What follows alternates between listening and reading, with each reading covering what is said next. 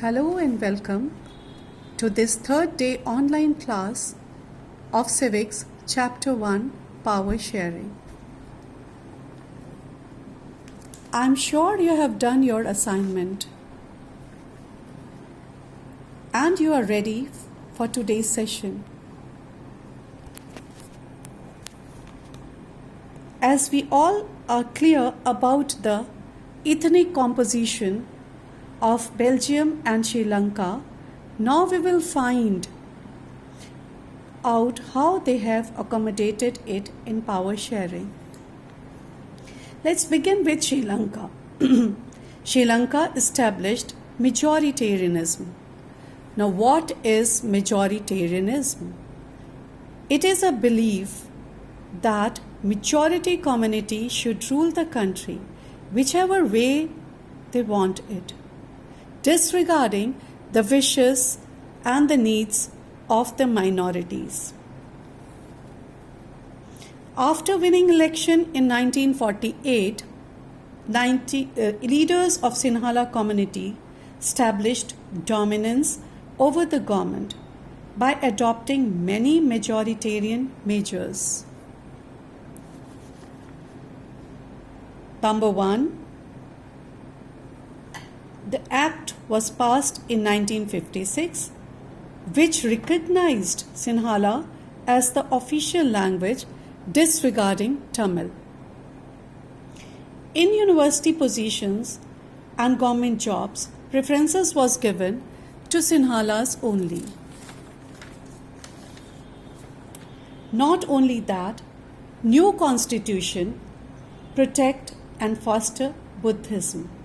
As you can see, no power sharing was with other community, that is Tamils.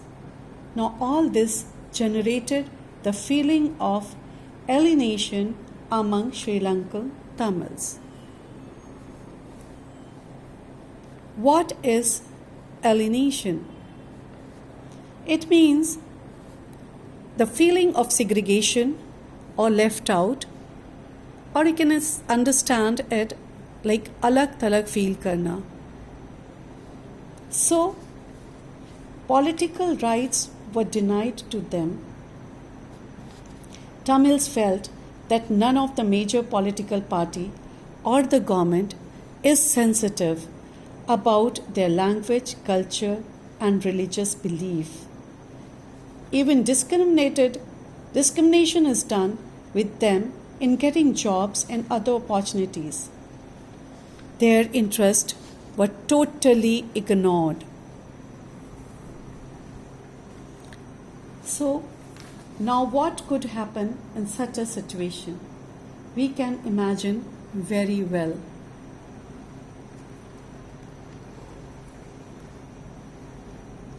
Relations between Sinhala and Tamil communities strained over time.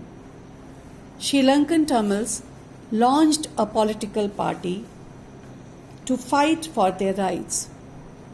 They demanded the recognition of Tamil as an official language, regional autonomy, equality of opportunity in securing education and jobs. By 1980s, they started demanding independent state, Tamil Ilium. It means Tamil state in the northern and eastern regions, which are basically dominated by the Tamils only. But government paid no heed to their demands. As a result, conflict between the two communities grown, and it became widespread also.